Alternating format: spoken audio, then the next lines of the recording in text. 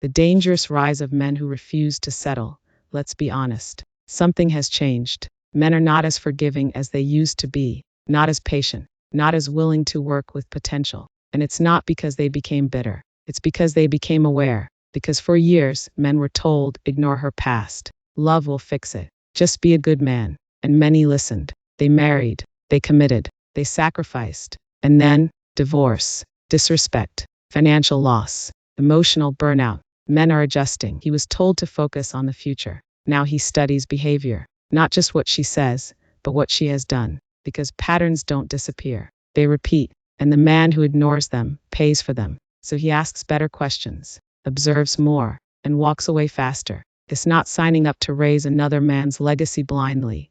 This is no longer emotional. It's practical. Responsibility without authority is a losing deal. So he thinks twice about what he's stepping into. This is not hate. It's correction. Men are not becoming harder. They are becoming clearer. Because the cost of getting it wrong is no longer small. It's years. It's money. It's peace. So they choose differently, move differently, commit differently. And yes, it's dangerous. Because a man who knows his value and refuses to settle is no longer easy to manipulate and no longer willing to lose. Attraction isn't begged for, it's generated. Begging never worked. And it's never going to work. Because the moment you ask for attention, you're already showing you don't have it. Long messages, constant insistence, looking for any excuse to talk. All that doesn't attract, it repels. Because attraction isn't born from need. It's born from value, from how you move, from how you talk, from what you do with your life when nobody's watching.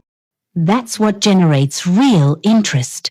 Not your words, not your attempts, not your desire, your level.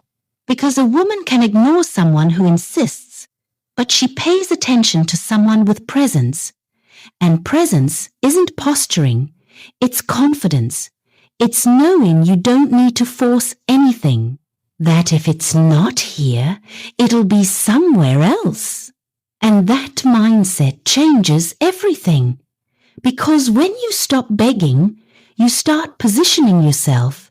And when you position yourself, attraction appears on its own.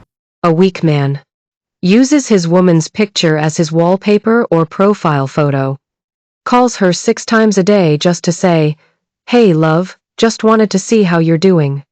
Sends her messages like, "Baby, there are many fish in the sea, but you're the shark that's driving me crazy."